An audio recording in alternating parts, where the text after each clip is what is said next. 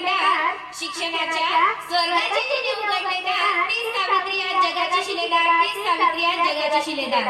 व्यासपीठावरील मान्यवर माझे गुरुजन वर्ग आणि इथे उपस्थित माझे मित्र मैत्रिणींनो, मी कुमारी शर्वरी दिनेश गोंडाने, शाळेचे नाव डॉक्टर बाबासाहेब आंबेडकर विद्यालयाची 4 वर्ग 9 ची विद्यार्थिनी।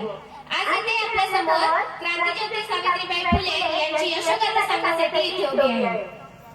मित्रांनो, मुळात सावित्रीबाईची यशोगाथा सांगणं म्हटलं की प्रथम सावित्रीबाईला समजून घ्यावं लागेल।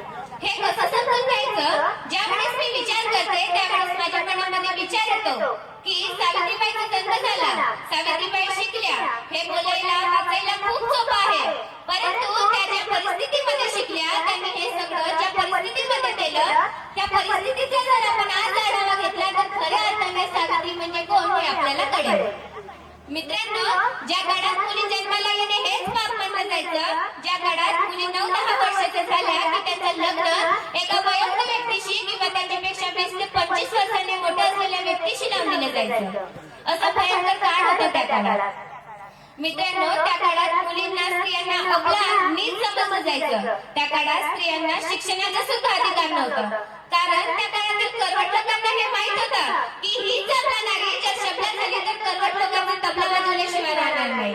आणि अशा अंधकारमय जगात, अशा अंधकारमय वातावरणात एक वाघिणीचा जन्म झाला आणि ती वाघिणी म्हणजे सावित्रीबाई फुले। सावित्रीबाई फुले हे नाव जरी ऐकलं तरी डोळ्यासमोर उभं राहते त्यांचं सुंदरसं प्रतिबिंब। मित्रांनो, सावित्रीबाईच्या विचारांचं तर आपण सर्वांना माहितीच आहे। त्यांनी आपलं अख्खं आयुष्य खर्ची घातला, त्यांनी आपलं अख्खं आयुष्य पणाला लावले, त्यांनी आपलं अख्खं आयुष्य वेचलं, कारण समाजसेवेसाठी, स्त्री शिक्षणासाठी, स्त्री मुक्तीसाठी त्यांनी आपलं अख्खं आयुष्य वेचलं।